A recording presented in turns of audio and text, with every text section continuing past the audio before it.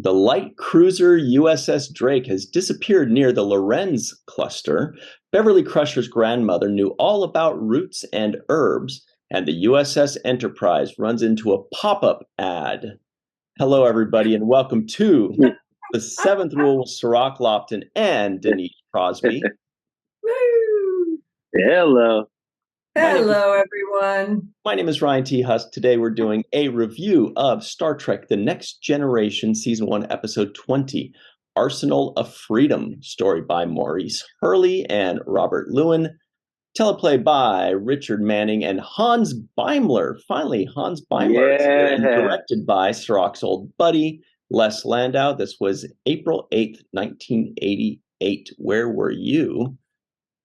That was a mouthful. Oh, by the way, everybody, special thanks to Grandpa One, a.k.a. Tim Baum, for sponsoring this entire first season. And also, special thanks to our good Canadian friend, Mr. Ryan Galloway, for sponsoring this particular episode. What's up, Ryan? We love you, man. Yeah, all right. Best Great laugh name. in town. How you guys doing?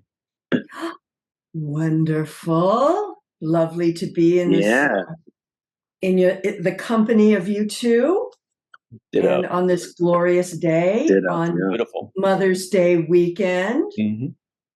Or as my husband likes to say, every day is Mother's Day. Yeah.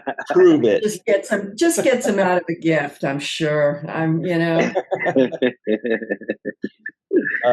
That's smart. Smart guy. It's abusive. It's abusive. Neglectful. I'll tell you, I've been looking forward to this episode in particular ever since we decided we were going to do The Next Generation. And I'll tell y'all why a little later. But what did you guys think of this episode? Did you love it? Tasha Yar's shooting phasers at a drone? Yeah, we get to see Tasha running around with her gun out, getting, some action. And leading the way and strategizing and doing what she does. And it was just great to kind of witness that and let her be, let her be in command and in charge of kind of the away team, because Riker is encased in that thing, so she and Data have got to figure it all out. So that was good. It's pretty good, this episode. It gets a little sort of bogged down, I thought, a little bit in the middle. But it's, it was fun to watch them run around in the jungle. It's sort of funny, I think of that Guns N' Roses song. Welcome to the jungle. Welcome to the jungle. Yeah. Denise, should have been blasting in the. Yeah. It's such a coincidence you mentioned Welcome to the Jungle, but you'll find out why in a couple weeks. Anyway. Oh. Really? What a tease. Are you sending Axl Rose over to my house? Yeah. I do love Axl Rose, but I don't think he loves me or anybody. To be honest. No, we don't have to. I don't think so. Cirroc, what were your thoughts on this episode? Kind of different. Yeah, I enjoyed the episode. First of all, right away, I was happy to see that we saw our buddy Hans Beimler getting credited with the teleplay. So that let me know off top that we were going to see some good, something good in this episode, some good dialogue, because Hans is really talented in what he does, and he's just so great. And we wish him the best on his health currently. But to go on, I thought there were really good moments in this episode. I particularly liked the way Tasha took charge and was able to challenge Riker from the beginning with a strategy.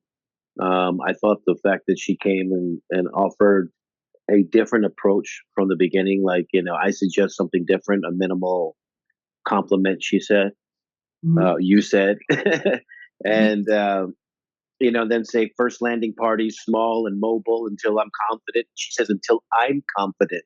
Yes. Whatever killed the inhabitants, isn't still down there. So she's saying, this is what we need to do. We need a small group of people.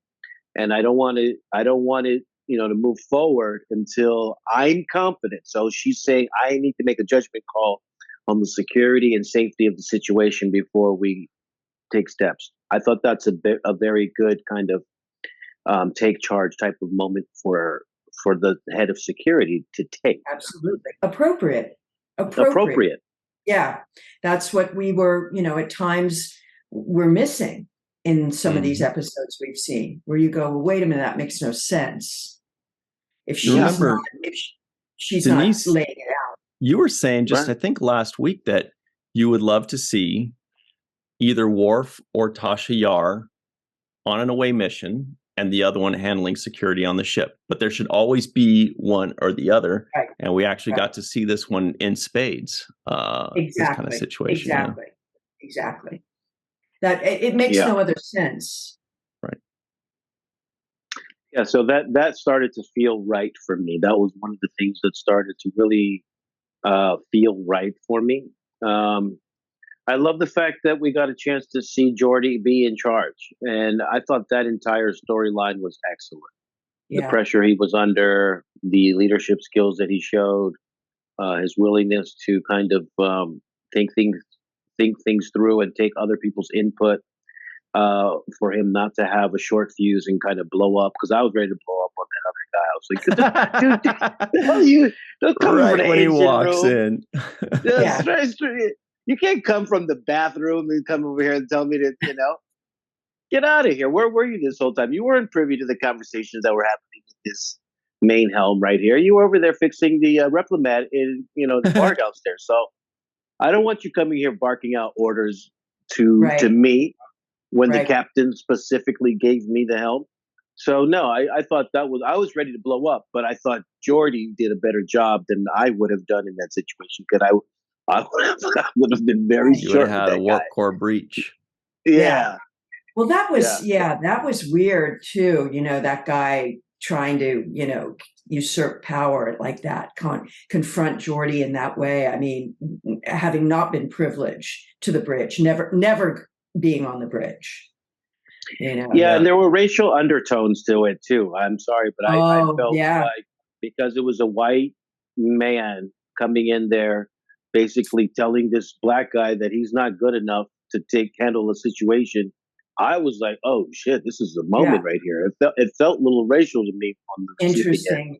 Okay, and I know they must have played it like that, because it did feel hints and elements of that. I don't know if Ryan, you felt that way as well. I thought that it was very smart and progressive of them to choose specifically go for a white guy there, because too often in the past it was the black guy that they made be the jerk or the idiot or the guy that, the comic relief or the guy that gets killed first or whatever. So I thought it was really good, back in 1988 to be aware of this and to say, no, this has to be, a white dude. And then it also adds that additional layer, that racial layer of kind of like, I know the captain left you in charge, but, I outrank you technically.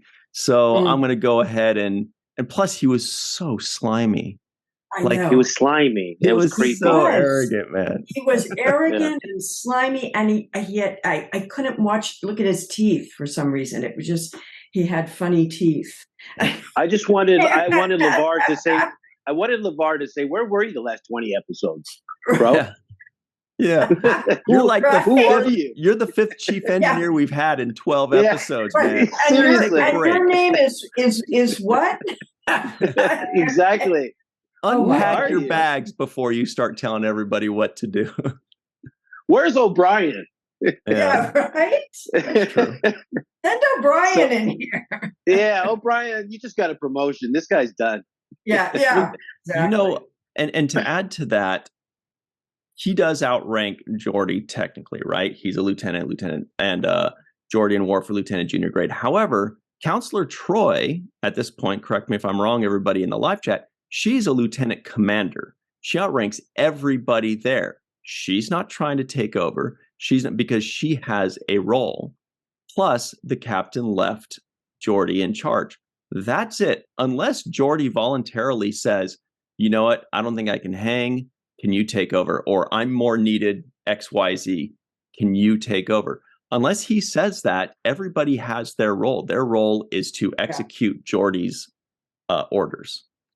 Well, and they did a nice job of teasing that, because, you know, when he kind of pauses and asks for the guy to join him on the bridge the second time, you think that's the setup, that's what's going to go down, you know, that he tried one strategy and he's conceding it. Yeah. And then he just flips it. And that was nice. That was really nice to see. This episode, the writing in this episode had the nuance that the previous episodes were lacking. Like getting the viewer to kind of think one thing or go in a different way. Whereas the other episodes seem to be very like, you know, straightforward, not nuanced, no extra layers, just kind of dropping stories here and there. Yeah, and I really also liked the dialogue and the energy between Picard and Crusher, you know, being down in that pit, and their scenes were talk about nuanced, you know, much more nuanced than we've seen, and that was some of the best stuff they had together. And again, kind of a setup for where this is you know, another little nugget of what is going to happen, you know, how their relationship is going to evolve. Yeah, I thought it played very well, those scenes.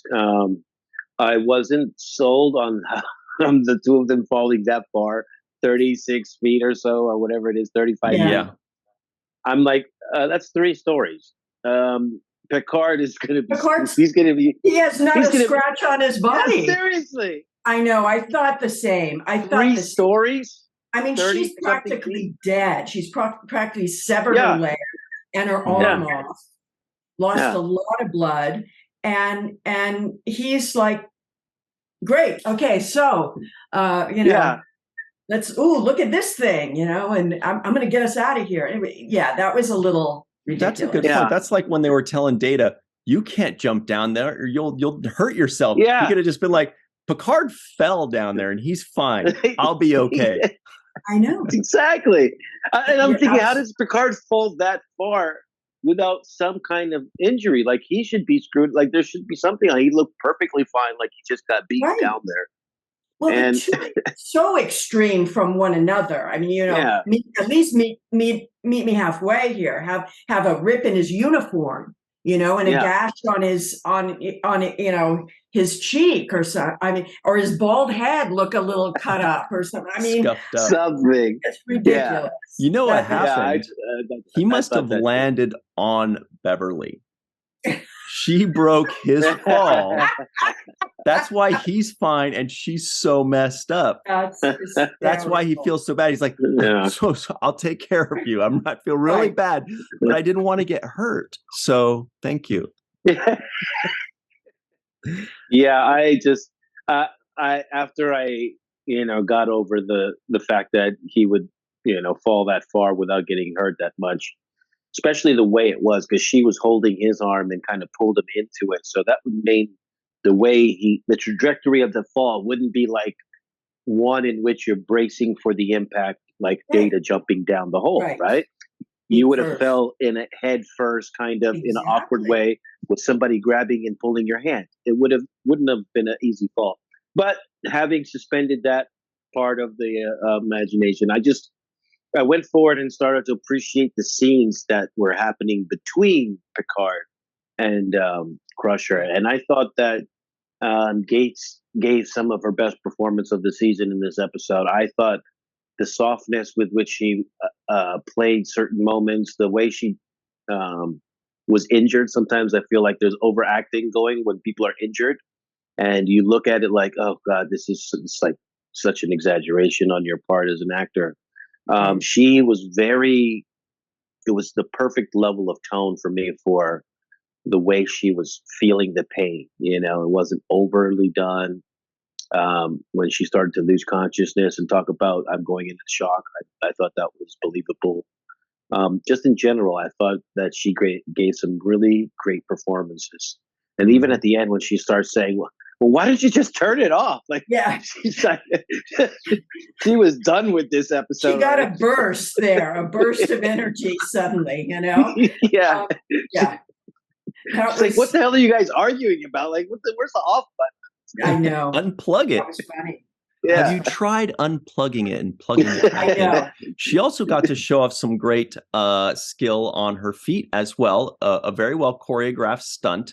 I watched it like 4 or 5 times where she had to fake a fall, a little pirouette, grab Picard's arm, and they go together. And something like that. It's quick and it's simple, seemingly. But they had to practice that a bunch of times. That's not easy to do. And she's, as we've seen, she can get that. She's a physical, talent. She knows how to move her body. And she's, she had studied clown, stuff in France and she can work her way. That's actually her strong suit for me, is when she can be that kind of in her body, and not just, yes, Captain, just this serene kind of energy. It's like she does some of her better work when there's some kind of physical thing going on. Yeah. And she's so good at it. It feels almost like a wasted skill on that show, because how often is a doctor gonna, it would have been nice if they worked that into the script more often somehow. Yeah. Yeah. I believed it. I thought it was excellent. The reason I say that too is because it reminded me of my own incident and where I was in a motorcycle accident. And after the accident, just after it, I was dazed and confused.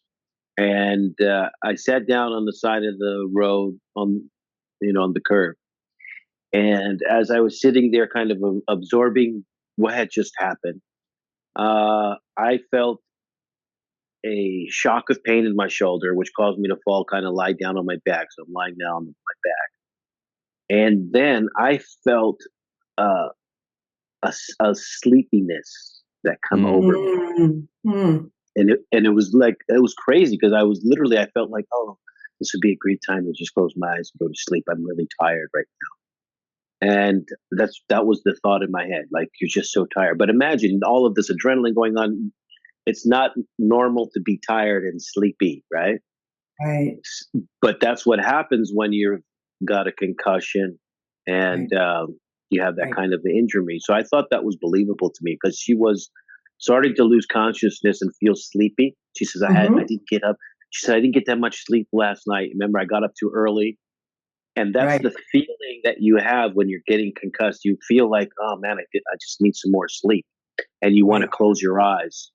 Now, thankfully, just like in this situation, somebody who was watching the accident came up to me and said exactly what Picard said. Like, hey, wake up. Don't go to sleep. It's not nap time right now, man. This is the worst time. Yeah. Right. And then I heard that person say to other people who were crowded around, he said, if he goes to sleep, he might be in a coma and he might not wake up. And I heard him say that and I was like, oh shit, don't go to sleep. Now I'm really like, I'm trying to fight this sleep feeling. So I felt that was accurate, just in the writing and the way they portrayed that severe injury on Beverly's part. I thought that was great. Yeah. And she started to, chatter her teeth, going into that shock, that like that. Yeah. It was well played. Definitely. And I was like, Picard, just take off your uniform and lay it on top of her. She needs a blanket. I thought the same thing. But instead, he's shredding her clothes. I thought the same thing. Instead, he's shredding her clothes, though. Literally, she's facing death. Yes, she's going into shock. I would do that for her. I would do that. I would take off my clothes, and so what? I'm in my. Wouldn't that have been cool to see? Yeah. Him running around in his underwear. Data drops down. He assesses the situation. He's like, Captain, control yourself. This is no time. No, Data, I'm trying to keep her warm. I don't want to hear it. Those black boots. And he just got, and it would have like that would have been burnt up the airwaves, you know? Yeah. It would have been one for the history books. Black boots and little red underwear. Like tidy whities or whatever. Yeah, tidy whities. But with the captain's tidy whities, you know, they got little pips on them. Yeah. I would have loved that. I swear I thought the same thing, though. Why doesn't he take his thing off, right? Yes. Yes. Yeah. Yep. And then I was also thinking there was sand and moss and stuff like that. If somebody's leaves really everywhere, that cold, yes, I would bury them in the moss or bury them in the sand. Yep. I mean, you know, something. You got to just try something. I know. I thought it was like she's just sitting there, like, okay, and I'm like, you have no idea how I'm taking my uniform off. Yeah. Taking my uniform off. I'm just because she's already. It's bad enough that she's in this much pain. At least give her some extra warmth to kind of hold on to. Do whatever you need to do at that point. He's like, I guess. But I was also thinking about. I was also thinking about the med kit. I was like, "Where's the med kit?" I thought she was there to bring a med kit, and then I was thinking, why doesn't he have a phaser on him? He's the captain. He's coming down there. He knows it's a hostile type of environment. Start a fire. Why isn't he bringing a phaser? And the phaser could start the fire.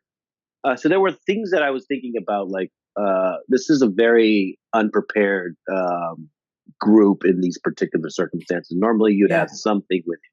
Well, she had her. He says, "I can't find them. We've lost the med kit." But okay, maybe it fell off from the top. Yeah. Well, there's no effort to look for the med kit down there. I mean, she had it in her hand when she went over. So you know, the chances are it's in there somewhere. You know, and she's laying on it.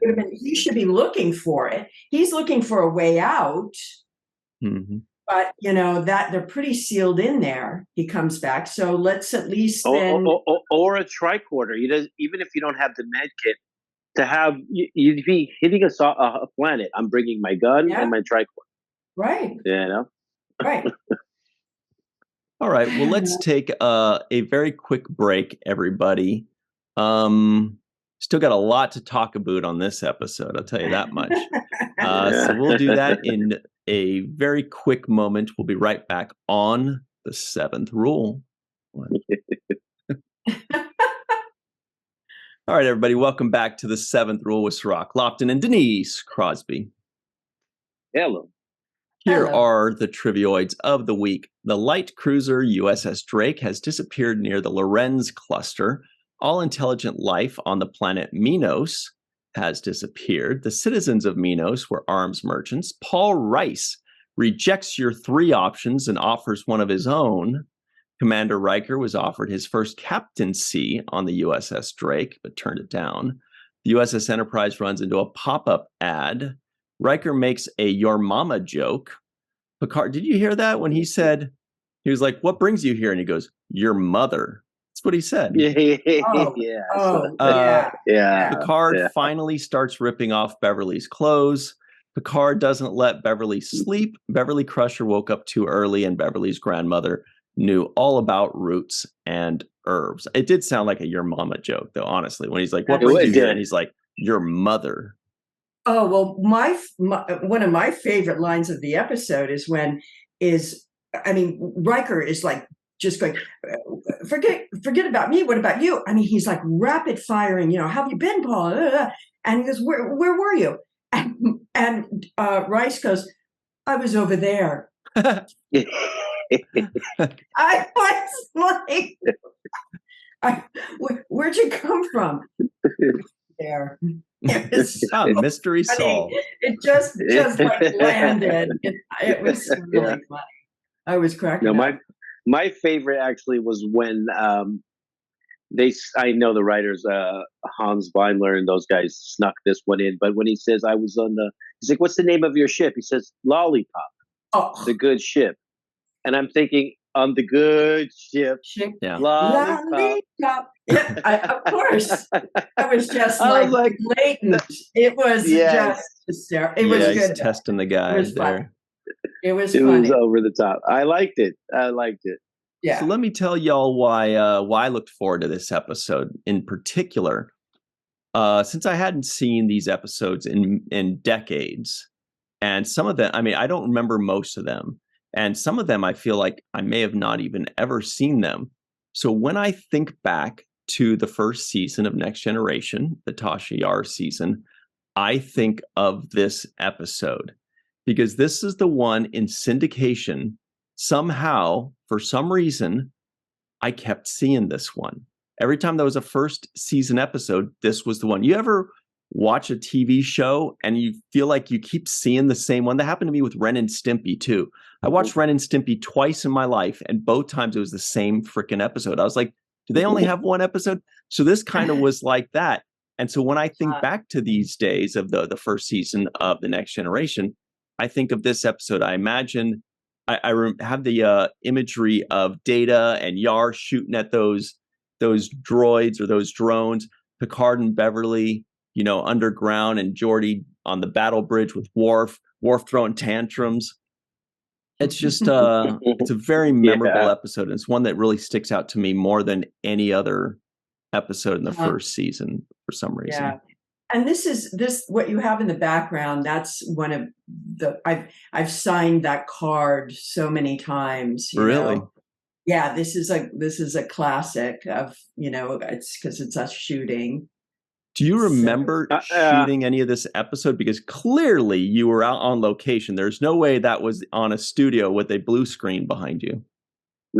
No, that was in that. Yeah, right. Okay, Panama. Got it. Jesus, it's like that's the hokiest looking, jungle I have ever seen. It's so, silly. No, I don't remember. I remember the pop-up ad, that Vince Schiavelli. I mean, he was just a really cool actor that had been in a bazillion things. So many things. So such a distinct face and presence. And he was so funny. He was marvelous in the part. I just thought but he was really struggling with it. He had a really hard time getting the words, memorizing the words and holding it, So he was fighting tooth and nail in those sequences. But I just remember him on set. We would have overlapped at some point because I don't have any scenes with him. But I remember him coming on and me saying, oh my God, it's that guy. He's in so many things, and I've seen him my whole life, and so that was kind of cool. Yeah. Yeah, this was one of my favorite episodes of this season so far. Mm-hmm. I thought it had all the sci-fi elements for me. I like the way that they had the storyline kind of divided up between the away team and people on board the ship. I like the separation of the saucer. I thought if I was watching that in 1988, that would have been something really cool to see. Mm-hmm. I don't know, just the whole idea of separating the station, I think is just cool in general whenever it's done. I like seeing Geordi in charge. I love seeing Worf kind of going, like Ryan said, his temper tantrum.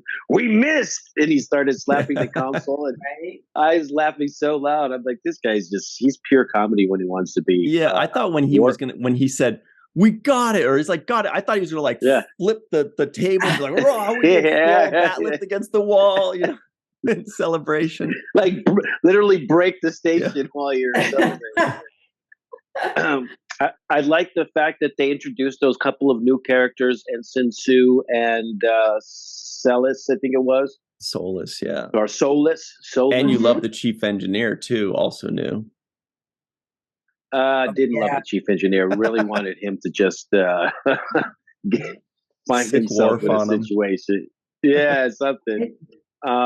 I thought he was a little bit way too much, and he was adding more pressure to what was already a tense situation. So it was like, dude, calm down. We're already trying to figure this out. You're not helping. But I just like the way the scenes kind of flowed. And the other thing I thought was overall, as far as a concept, the idea of this computerized kind of artificial intelligence that is self-learning and figures out ways to improve on its attack. And I think that's one of the big fears when we talk about artificial intelligence and AI. We think about it kind of losing control and not being able to have an off switch, you know? And I think this episode in 1988 really embodies some of those fears that we have when we talk about a rogue computer system that has the ability to attack us using weaponry, using any kinds of forms of algorithmic learning so that it can anticipate our behavior. I thought those were interesting concepts that were addressed early on. I mean, in this show, which was long before AI has become such a relevant topic. And now also in, relevance to the writers who are striking in the business because of the potential of AI, writing them out of a job. So Absolutely. I think this is an important argument that was brought up in this conceptually in this episode, and it is something that is relevant to this day as far as which direction are we going to move forward with this kind of intelligent computer, and how do we see it best benefiting society? Because certainly in this scenario, this is not what we want as an outcome. Right, and because they're pinpointing weaponry, in this particular case, it's arms, which so it now plays into our worst case scenario here, that these weapons can improve, can use algorithms to get better and better and better until they wiped out their own selves. Their own planet is no longer. And I mean, if this is not cause to, stop right now and reassess, which sadly is not happening, because as soon as, all of these people like, Bill Gates and Elon Musk or whatever, 25,000 or something of the greatest technology people said, please, let's put this on pause.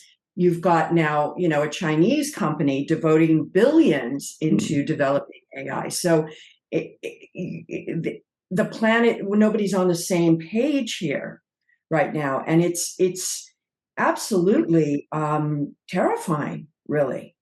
Yeah, the only time they'll end up on the same page is the epilogue. Yikes. Right. It's a good point. So what I really liked certain elements of this episode. I'd forgotten, how good this episode was. I just remembered the imagery of it and what the storylines kind of were. Real quick too, that guy Logan, that was his name, Chief Engineer Logan. The thing that he said that really worked was when Geordi finally says, "Mr. Logan, come up to the bridge," and there's that pause, and he goes, "On my way." I was like, I put in my notes, I went, ew, it was so gross. God, it said it all, didn't it? It was perfect. Yeah, you just saw him looking in the mirror and straightening his suit. Going like, game on. Yeah. I knew he couldn't hack it. Right. But what was really great about the writing for this episode, I thought, was that they split everybody up into basically 3 groups and 3 storylines.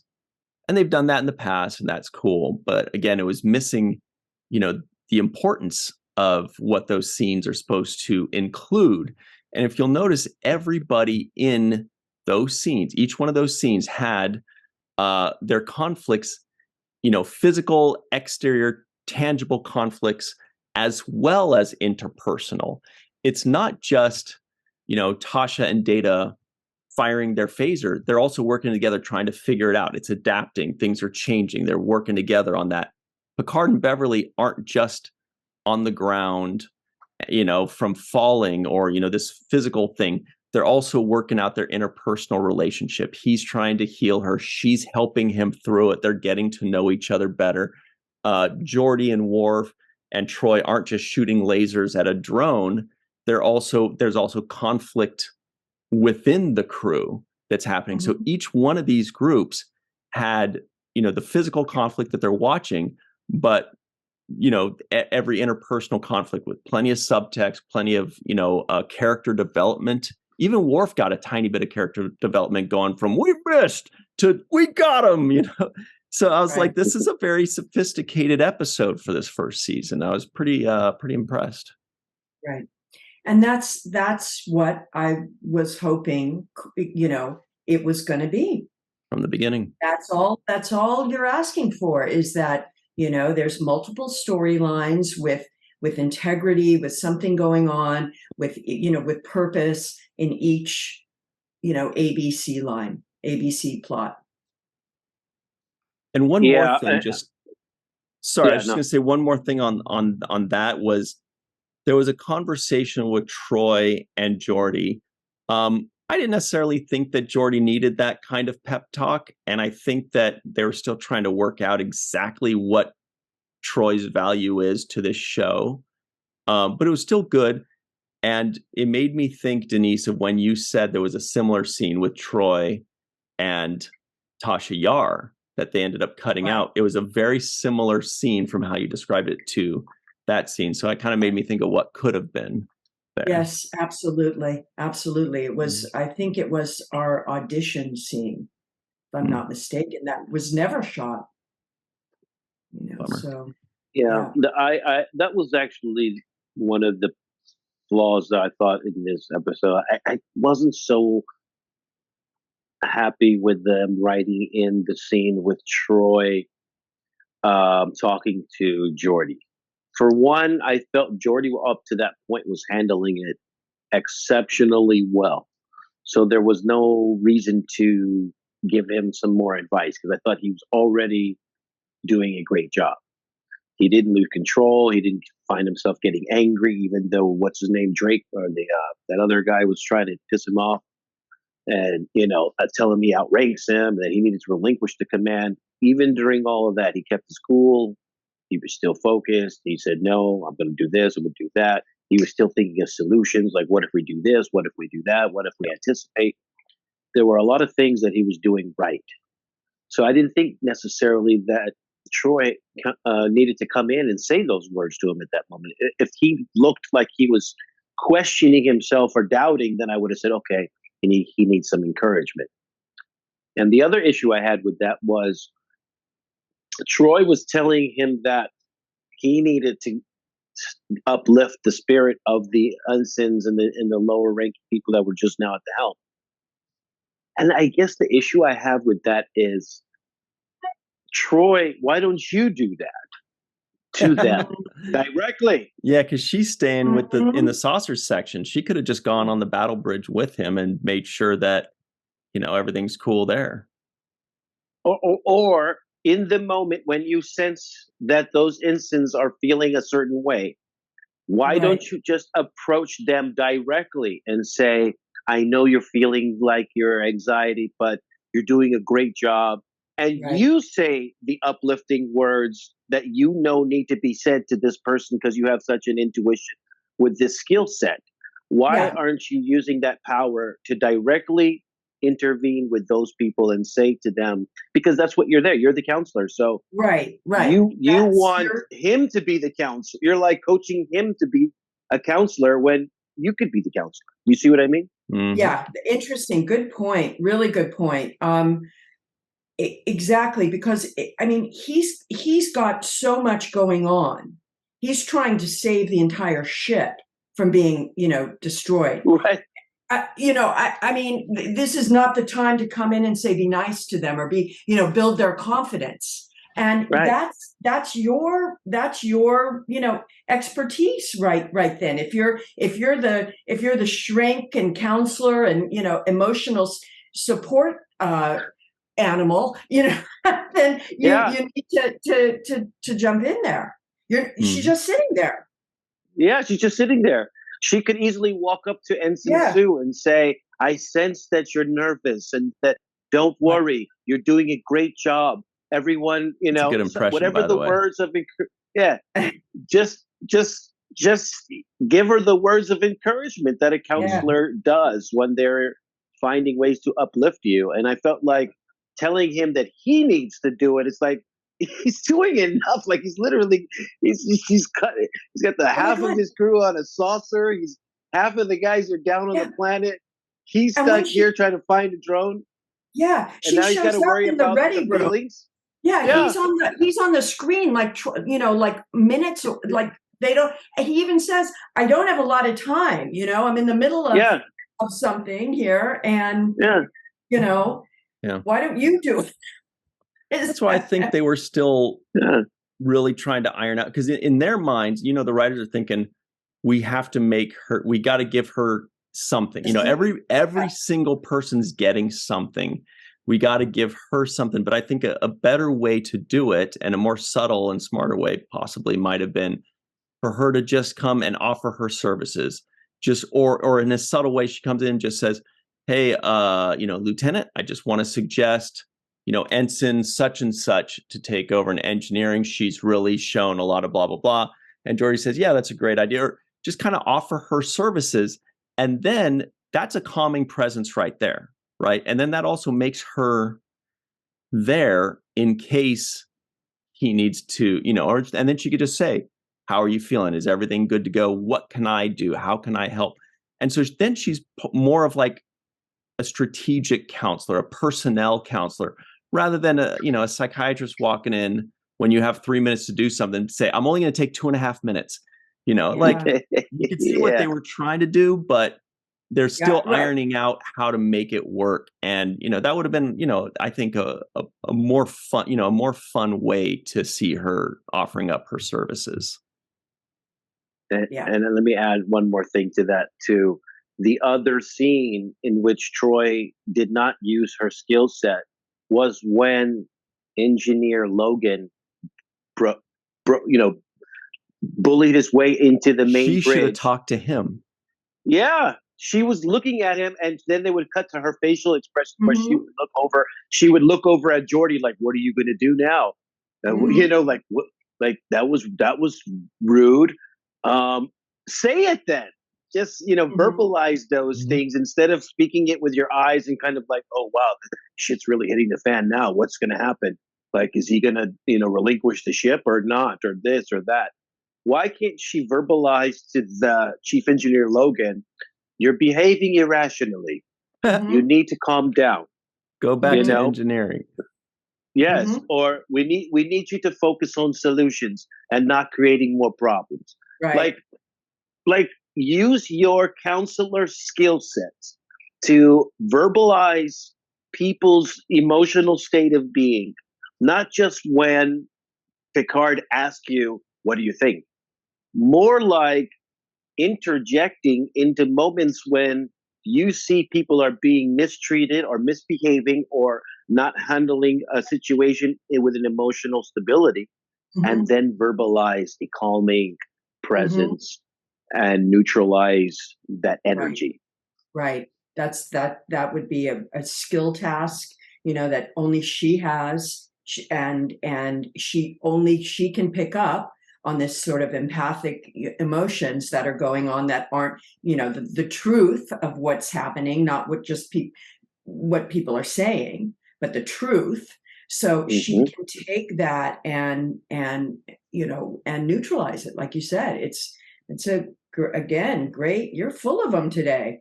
You're just full of Cirroc. I'm starting to like the show. It's actually growing on me really nicely. Speaking of which, it's time for the home run of the day, the home run of the episode. It's a toughie today.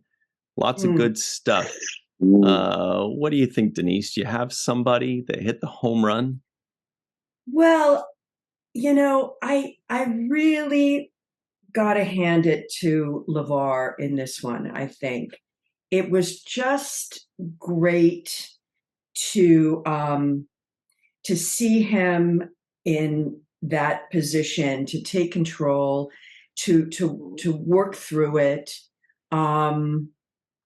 He did it well.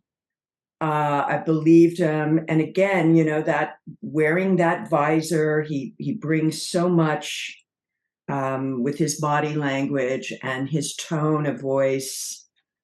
And he got us out of a mess here. And that was cool.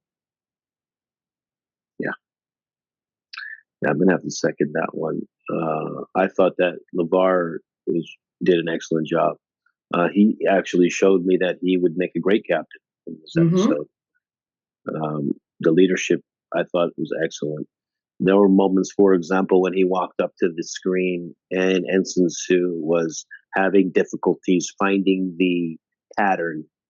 And he kind of looked down at the screen and he was like, "Oh, there it is." He's like, "Don't worry, it's okay. You got it." And he was encouraging to me prior to that conversation with Troi. Yeah. That's encouraging, the way he said that. It wasn't like, Absolutely. "What are you, an idiot? You can't figure out the pattern?" Right. It was like, he just took a look at it and says, "Oh, no, that's all right. Here it is. Boom. There he goes. Got it. Keep up the good work." And then he moved on to the next guy, to Solus. So I thought he was doing great as a captain. I thought his performance was in his tone and also his self-control when I felt like I would be angered by what the guy did. I felt like he showed a lot of self-control as his character. And the other person I thought did an excellent job in this episode is Gates McFadden. I thought Gates' performance was really good. She showed the sensitivity. She showed the kind of, I felt her pain. I felt like she was legitimately, injured. And she sold me on that performance. So those were my highlights of this episode. I think those were the big highlights for me. Yeah, they should have called that chief engineer soulless. You know what I'm saying? Yeah. Yeah. So I think my home run of the day goes to the writing crew, because I feel like this episode kind of took a step up in a lot of ways. Maybe I'm reading too much into it, but it felt like this hit a lot of notes for me that I think make up a good nuanced episode. And they actually came up with a pop-up ad, targeted ads where that guy that they call him the peddler on IMDb and in the credits, the peddler, it said he scanned their data banks to learn the language and then targeted the ad specific to them. Like, how far ahead of their time were they? That's 1988. We didn't start doing that till like 2018. They're like 30 years ahead of time with these targeted pop-up ads. So I was like, boy, Star Trek really is good at making these kinds of predictions, whether deliberate or not. So definitely. Does technology mirror Star Trek? See, that's the thing. We don't know. That's the beauty. Yeah, it's definitely influenced. Sure. Yeah, so that they get the home run of the day for me, and also just because each one of those storylines, like I said, they all had, the physical obvious conflict, but they also had, the underlying interpersonal conflict. And that's really the stuff that's much more important to the viewer. That's what makes us hang in there, and watch and want to know what's going to happen next. So big kudos to them.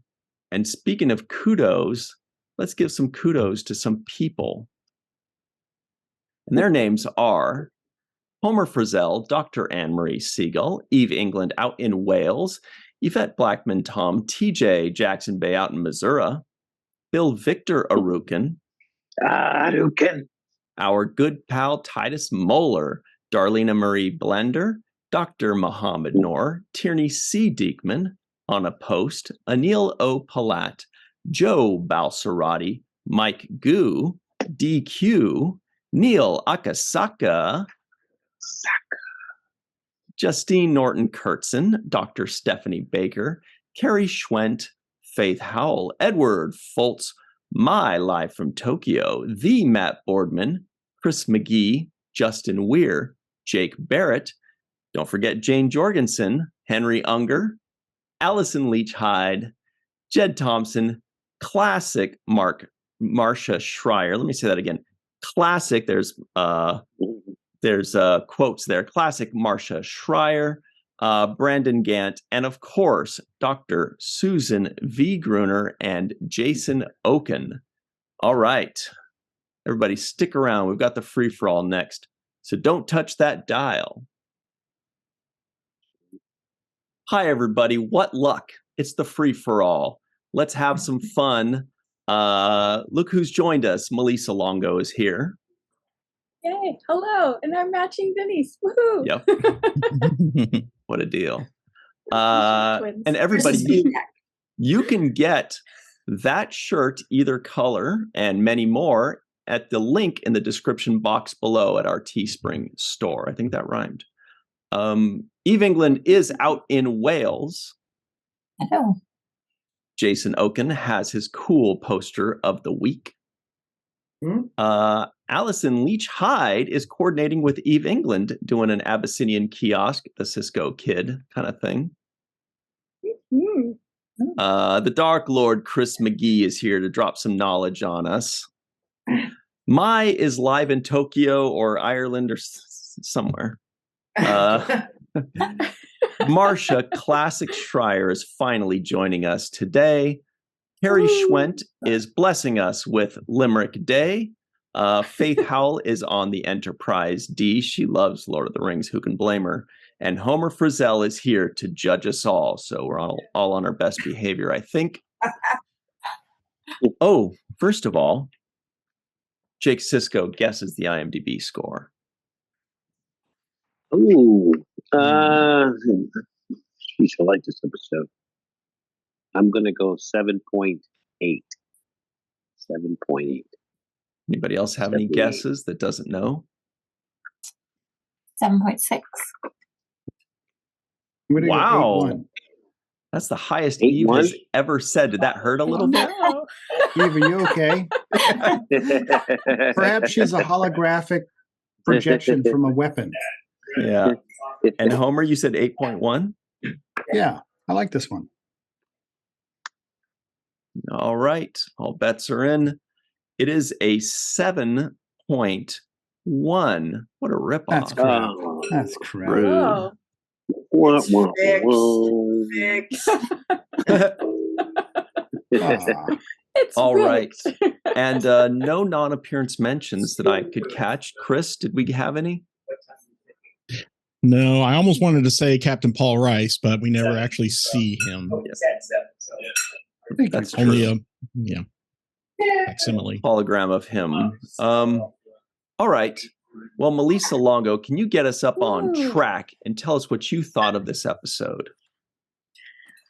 There was a lot that I thought about this episode, and the thing I liked about this episode that it kept me thinking long after I'd watched it. It still has my brain going about the subject matter that it covers and how it's really relevant today, and as it pertaining to what Denise was talking about beforehand, and AI.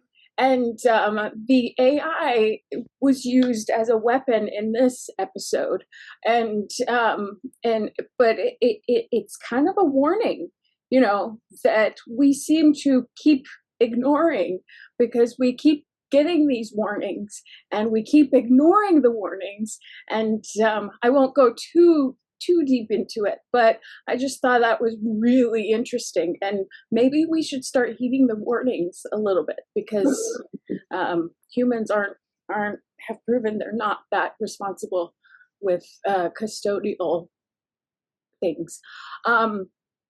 And I really liked that this episode showed the crew of the Enterprise working together and sharing their strengths to be the solutions to the problem that is presented to them. On the planet between Picard and Beverly, by the way, I don't know, I love Gates, and she did amazing convincing me that she was injured. And then but the person who took the cake for me in this episode was Geordi LaForge and his command of the Enterprise. And he felt so natural in the leadership position. And even though Logan made me mad, but I think he did great with that. And I like seeing the saucer section separated from the that part. I forgot the word of it for it, but yeah. Overall, I enjoyed the episode. It gave me a lot. Very nice. Excellent. Thank you, Malissa Longo, Radical Shirt. Eve England, Ooh. What's up? You're out in Wales. It's super late for you. What'd you think of this episode? Yeah, well, the reason I thought it might have been a higher score is it seemed very watchable, and I mean it had lots of clunkiness and things that you kind of had to suspend your sort of disbelief for a little while. But overall, I thought it was lots of things like Melissa said, lots of things going on, lots of character development. It's really good to see plenty of Tasha Yar finally doing her job for most of the episode, which was like pretty cool. So that was really good fun. So I just enjoyed. I thought it was a really good, enjoyable watch. And similarly to what Melissa's saying about the AI, that sort of struck me. I think particularly how topical it is. I particularly got sort of war games vibes from how there was basically this salesman who didn't have a clue what he was doing, and this wasn't a real war exercise. It was kind of this demonstration, and how as Melissa was saying, how AI in the wrong hands, or if you haven't got the controls and systems in place, how it can massively backfire. So I thought, again, it was kind of fairly jovial, I think, the way that they presented it, but I think the underlying messages were quite serious. So I thought that was interesting. And I just had one question for Denise. The companion talks about the scenes where we had Picard and Beverly in that cave, that apparently that sand was full of fleas. So I don't know if you recall anything about that and whether that's true. Oh, wow. Well, okay. That's not surprising, because whenever we would go, we called it Planet Hell. When we would be on the bridge is one set, and but when we would go to an away mission, they would design this other soundstage, and whenever there was sand, because the Paramount lot has a lot of stray cats, we pretty much felt like we were acting in a litter box. Oh no! Is that why Picard was trying to unbury Beverly? God, thank God I didn't have to go into that pit. But it was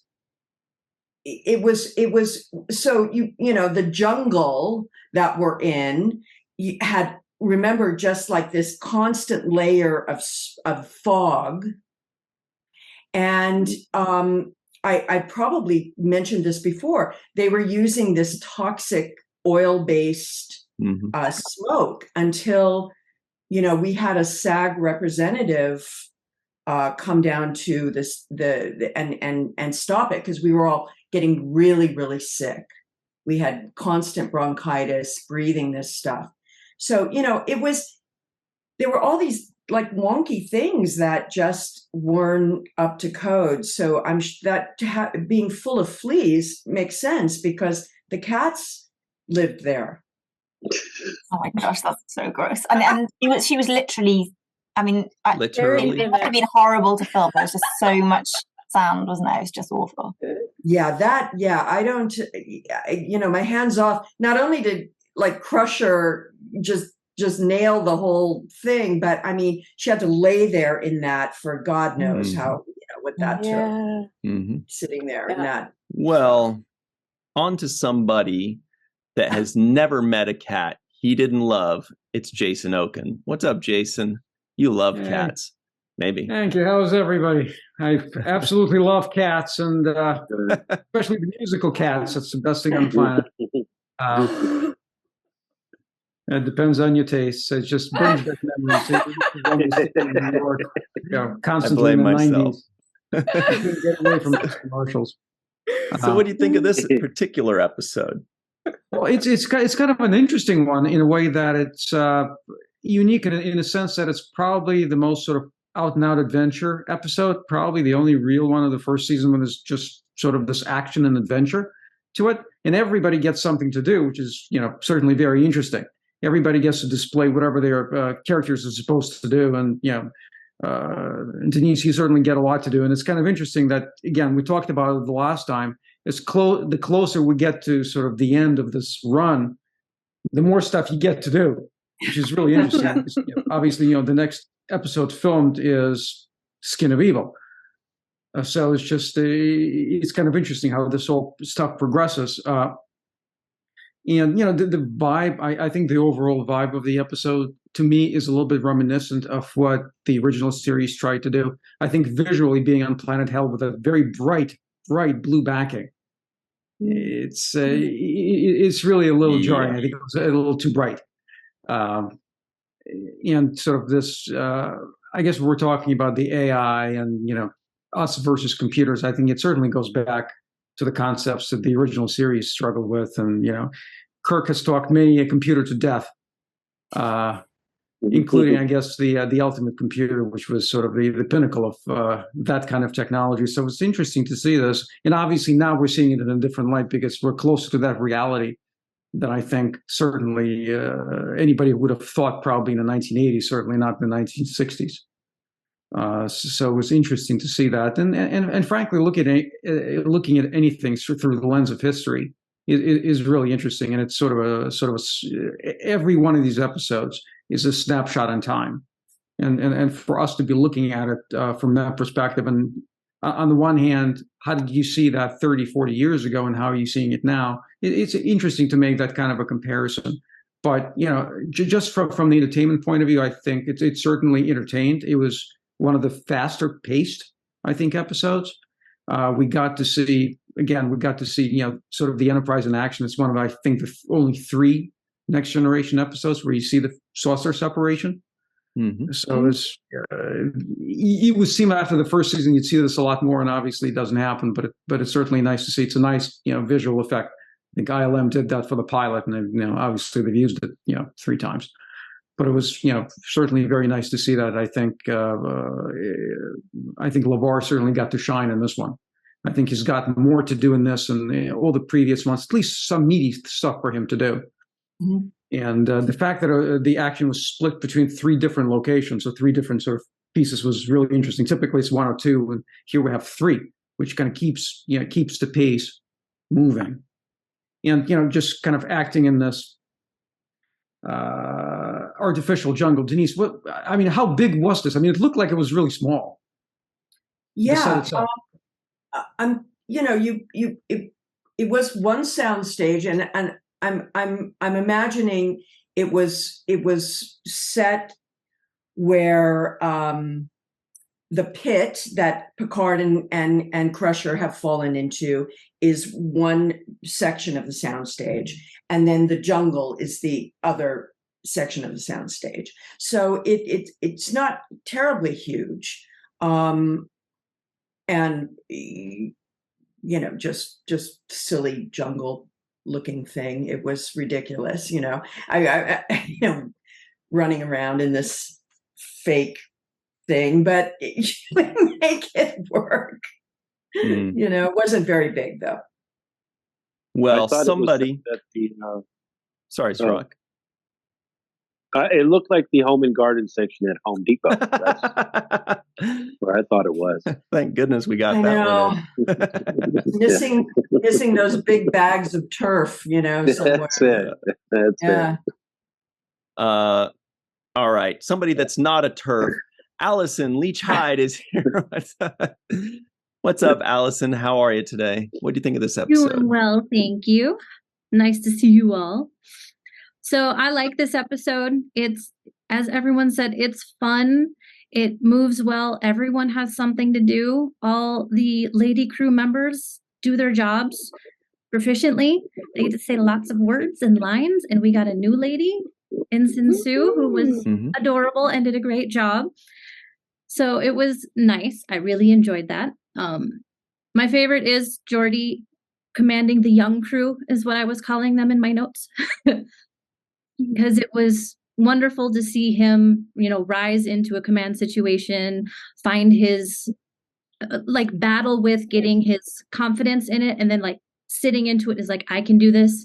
And then getting that great scene with Troi of hey, no, you're doing great, but they need to do great too. So tell them they're doing great.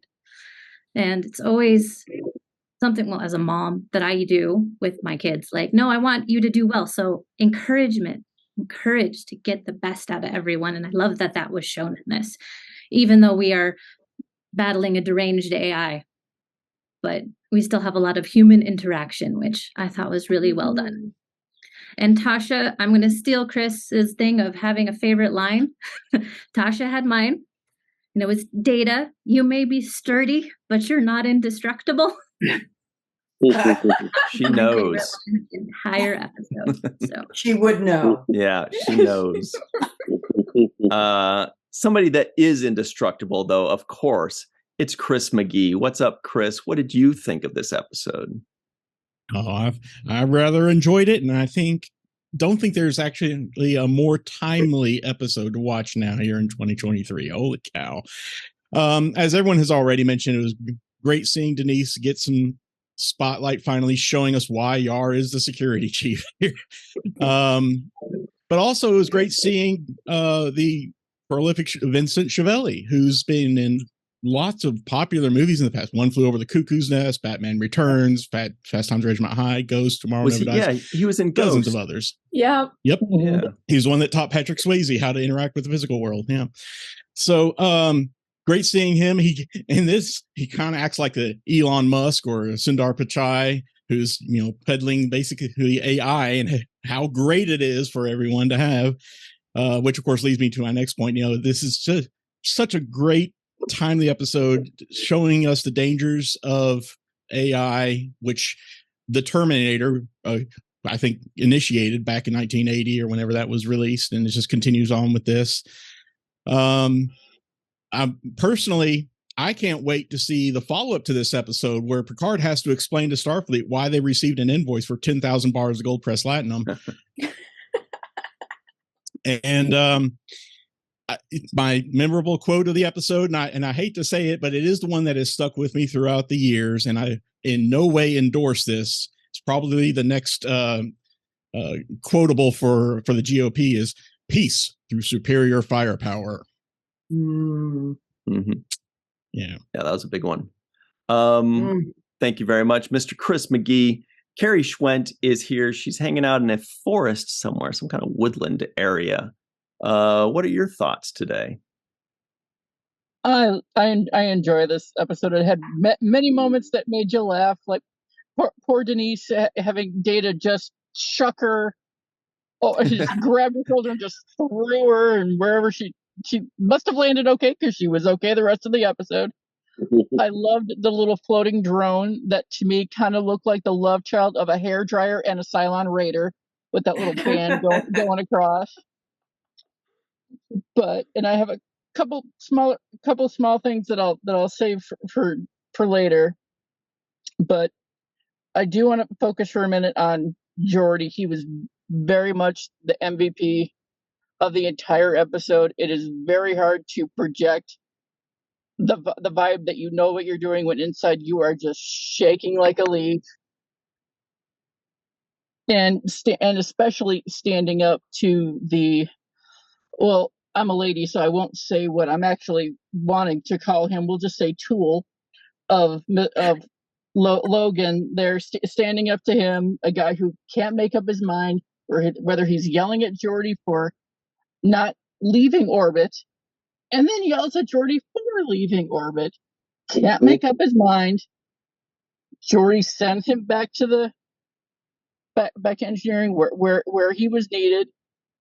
Once he decides he's going to separate, sends him back up, gives him a little bit of rope so he thinks he's winning when he says, okay, I'm giving you command, pauses just long enough for Logan to smile, and then says, of the saucer section, I'm going to the battle bridge and we're going to go back. You guys get going. We'll catch up to you later. And while I may not agree with what they are selling, I decided for my limerick for the episode, I decided to come up with a jingle for the AI weapon system. So I'll end my time with that.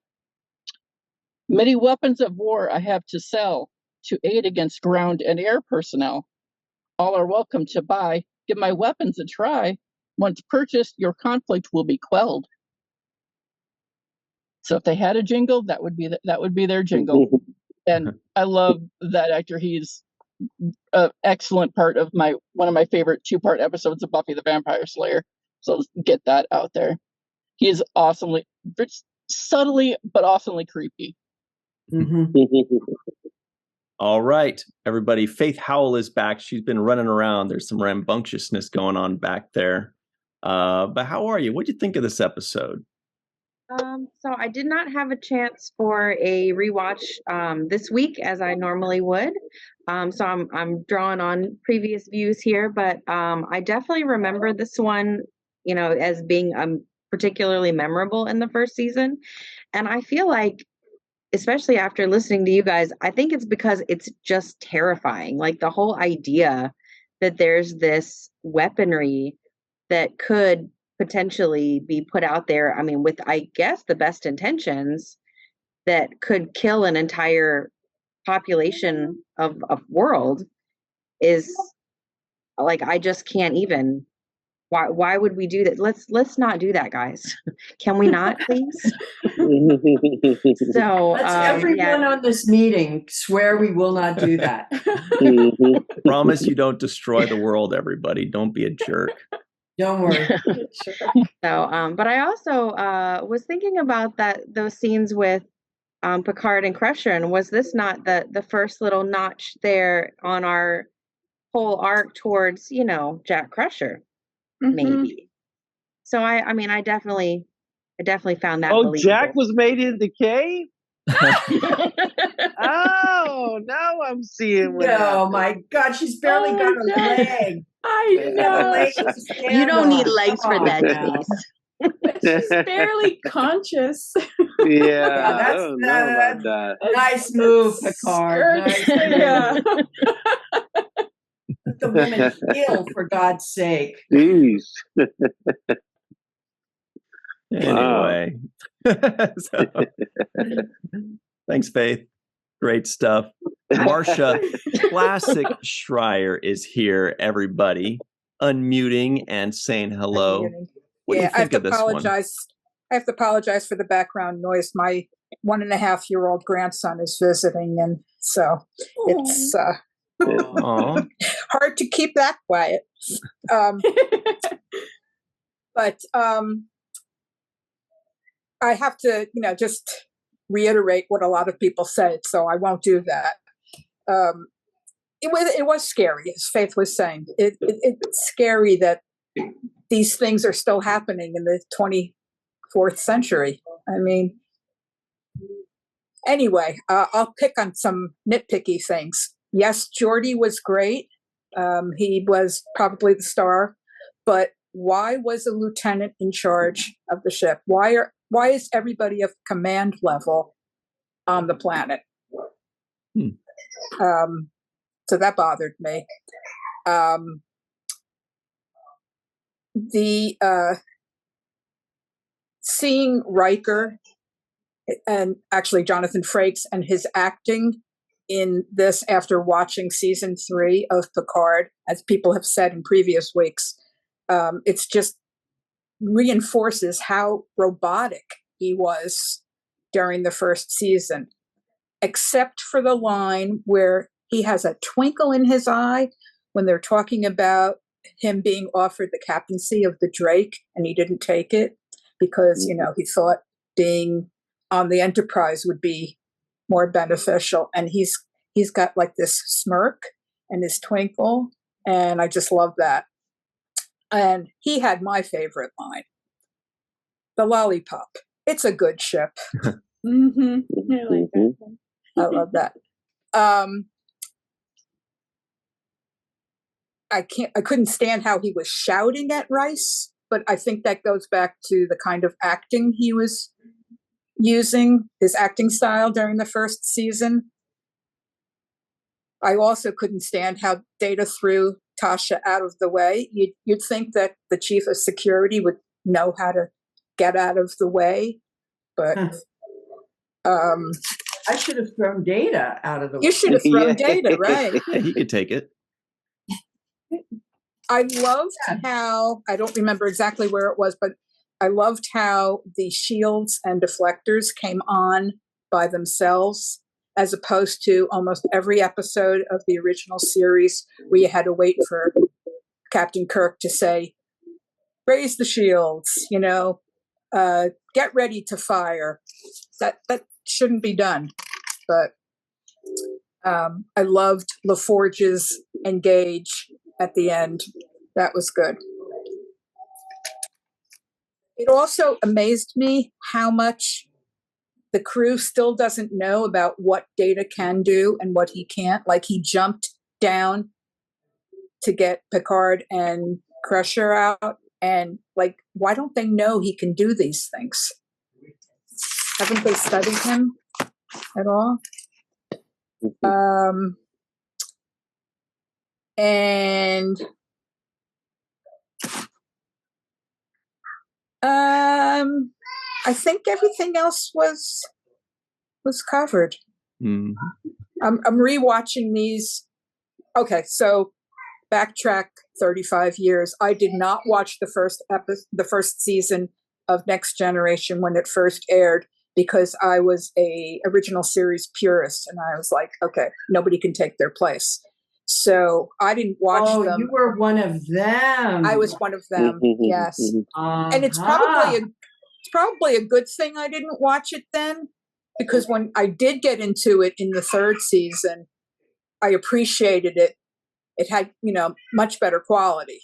But rewatching them now, this is probably the third or fourth time that I've seen this episode. You see a lot of things, especially when you're preparing for, you know, a talk like this. You see a lot of things that didn't see on the first or the second watch. So it's a good thing, because there's always many different layers of every episode. Mm-hmm. Ain't that the truth? Well, thanks very much, Marcia. Great stuff there. Speaking of great stuff, Mai is here. What's up, Mai? How are you? What'd you think of this particular episode entitled Arsenal of Freedom? No opinions on guns at all myself. No, I just want to wish everybody a happy Saturday morning from Tokyo. I am back in the saddle over here. Real camera, real microphone, really early in the morning. So I'll try and make sense. I think, like Melissa said, regarding the cast sharing the strengths, I think that's exactly something I saw. You really get a sense of each person doing something, really participating, and the ship being run by a capable group. I thought that was a really clear aspect of this. So I'm glad you brought that up earlier, Melissa. DS9 told us that 2024 was the bottom, the pit where humanity goes at the very, very bottom. We're a year away from that, and we seem to be right on track. These people in Virginia at the court who decided in the last couple of days that it was okay to sell guns at federal stores to kids under 21, 18, 20-year-olds should not be denied their rights under the Second Amendment. What a bunch of baloney, using that word because we're in family hour here. The access to guns is just completely ignorant, and so I had to put this up today because I think that we need to fix our society, or America needs to fix its society, I should say. I ran the hell away from there a long time ago. But we have to start learning. So that was something I really took away from this. I love Star Trek, but I did not like the concept of guns being something that were held up the way they were in this episode, given what's going on in society today. But enough of that negativity. One question for you, Denise, if I can. After formalizing your impending departure, don't you feel like they started all of a sudden giving you much more meaningful roles out of the blue? This is such an interesting question, and one that is only becoming apparent to me by rewatching these shows with you guys. Because again, I've it's so long ago and I've forgotten. Yes, but by now we have that in place. We know that I'm going to leave and I'm going to get killed. So I am so curious, like if I could go back and talk to my then self right now and go, how did you go to the set each day? How did you do this role? What was the vibe on set right now at this point? Because nothing is being revealed. You can't tell anything. I'm not suddenly, acting differently as Tasha Yar, but inside, I must have been going, wow, okay, guys, this is what I'm talking about. This is what I've been talking about. Not just me getting to be the chief of security, but as you've all pointed out, which is quite noticeable, there's multiple storylines going on here. We're all doing something. That was the illusion I was under, that's how the show was going to go. So now it's almost like, were you consciously aware that you were doing exactly what I had been like hoping for or asking for or insinuating? Now you've done it. But guess what? I'm leaving. So it's such an interesting thing that I'm processing as you're coming up with it as well at the same time you are, because I just watched this episode earlier before our show and haven't seen it. So in the sort of the way it's going in the numerical order we're going in the chronological way it's going, I'm going, wow, I'm coming up to the end. So what an interesting thing to reflect on and ponder, because I don't know, but it's apparent. Yeah, it's wow. Wish they had gotten their heads straight and kept you there. Mm-hmm. All right. But I couldn't have made Pet Cemetery. Everybody go check out Pet Cemetery. You'll be glad you did. Scylla, and I couldn't have had Yesterday's Enterprise. So there's I really believe that all, everything is as it should be. We are all in our time of now. It's that moment. So we it had to, it's the ripple effect. God knows what, had I stayed or had that, if we wouldn't be, who knows if Deep Space Nine would have happened. Right. Voyager, everything would have changed. Yeah. Well, now everybody, speaking of God knows, Homer Frizzell is here. He's pretty much a Greek god. Everybody knows. Lalu. You're wearing a Lalu. What'd you think of this episode, Homer? Well, first off, I love Lalu, and I was inspired by a TNG photo that Denise was in with me, and a lot of the cast was wearing it at New York Comic Con back about 10 years or so ago. Wow. Pull it up a little bit so we can see it. Oh. That's the leather one. Is that the LeVar Burton Mondo? I searched it out, so it's before the LeVar Burton one came out, but it's the same one. Yeah. Yeah, like my other one. I'm wearing my fancy one today. My pearls. That is nice. Yeah. So La you. Loupe, check it out. There's a site. Okay. So what did I think about this episode? As I said, 8.1. I had a couple observations. One, if Troi is staring at someone, we're going to learn something about what's going on with them. So that's helpful. Logan, I actually honestly thought when he appeared that he was a part of the program. I did. And I thought, wow, here's an obstacle that the AI down there has created. And it's geared towards somehow generating a sale or something. And then afterwards, I was realizing, okay, actually, no, this is a real person on the Enterprise. I'll just leave that there. Almost. The last thing I have that struck me kind of funny was they were on their way to Minos, and they were talking about the planet, and they said there's no intelligent life on the planet. And I had to think, wait, there's life on the planet. Those are the beings that are intelligent because they're still alive. So come on. Yeah. It was like the intelligent life. No, the unintelligent life is dead. But that's what I have. Sorry, quick and short. I'll take questions afterwards. Beautiful. You know, right when you said Minos, it made me remember that Minos Corva is also mentioned in Chain of Command, isn't it? Isn't that what the Cardassian was trying to get the strategic plans for Minos Corva from Picard? Jason's got to know. Anyway, Minos. He's nodding yes. Yeah. Very nice. All right. Fantastically. Any final thoughts, Denise and Cirroc?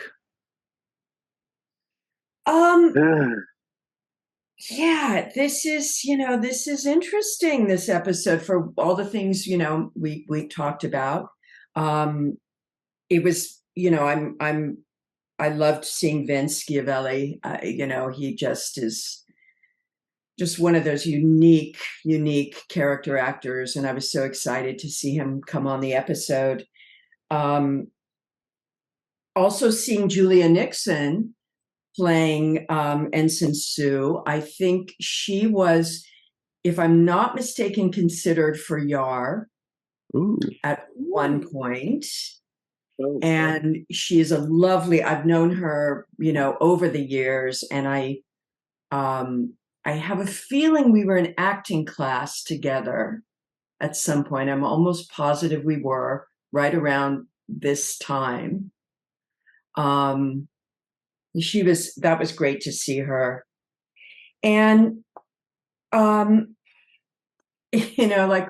we talked about, it's so weird that Picard falls down into the pit without a scratch on him.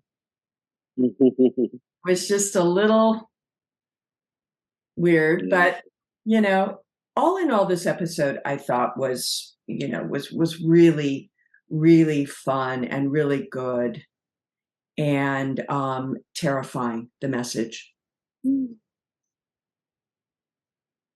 Yeah.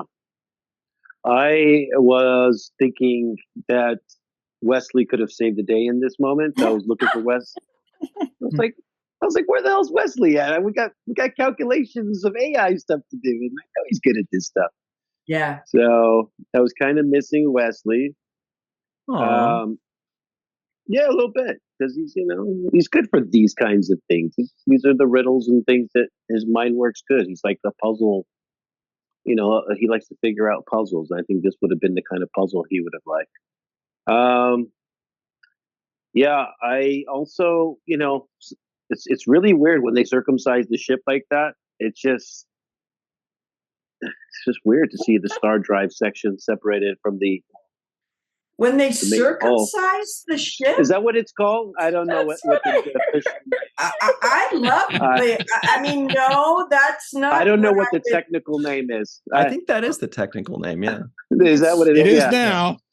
No, sorry. Best. My husband's Jewish, okay? That's a whole different thing I now have in my mind. Okay? It's not a thing. That's a different thing. Okay, it's the different terminology. I have to look up the technical manual on that. Oh my God. Circumcise the shit. That is so cool. Wow. I did like the idea that Geordi came up with too. We didn't talk about it that much, but I love the idea of being able to identify the drone that was attacking them by entering the atmosphere of the planet and looking at the disruption that would be caused by it. I thought that was a clever way to solve the problem of this kind of cloaked popping up out of nowhere device, because it would reveal its location. I was like, oh, that's so great. Just look at the disturbance. And so in the scientific way, I thought that gave me a little bit of something to hold on to in the realm of science fiction, where I felt like these guys are really coming up with scientific ways to problem solve that makes sense to me as the viewer. And that's why I felt like this episode is really one of my favorite episodes, because I think it embodies a lot of the things that I'm looking for in a Star Trek science fiction show. It gives me the mystery, it gives me the science, it gives me the problem solving, and then it also gives me the personal relationship building of each person. And of course, I have to agree with everybody else about Geordi. I thought he was just fantastic for keeping his cool in such a really crisis type of situation, and also telling off in a very eloquent way Chief Engineer Logan, who wanted to pop up out of nowhere and become the chief. There's this, so I thought it was great how Geordi kind of guided him out of the room without having a big explosion and losing his calm.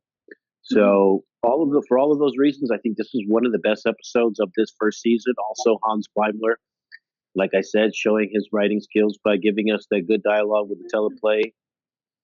And another line that I wanted to say that I like that you delivered, Denise, was in the beginning when you kind of are making this assumption about no life forms on the planet, and you say something to the effect of, in every war, natural disasters, and even the most virulent plagues, there's always survivors.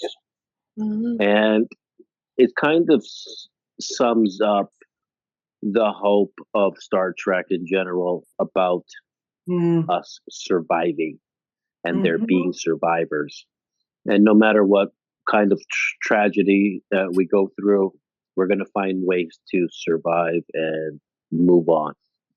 I think that's one of the big inspirations of the show. And remember, Tasha Yar is a survivor.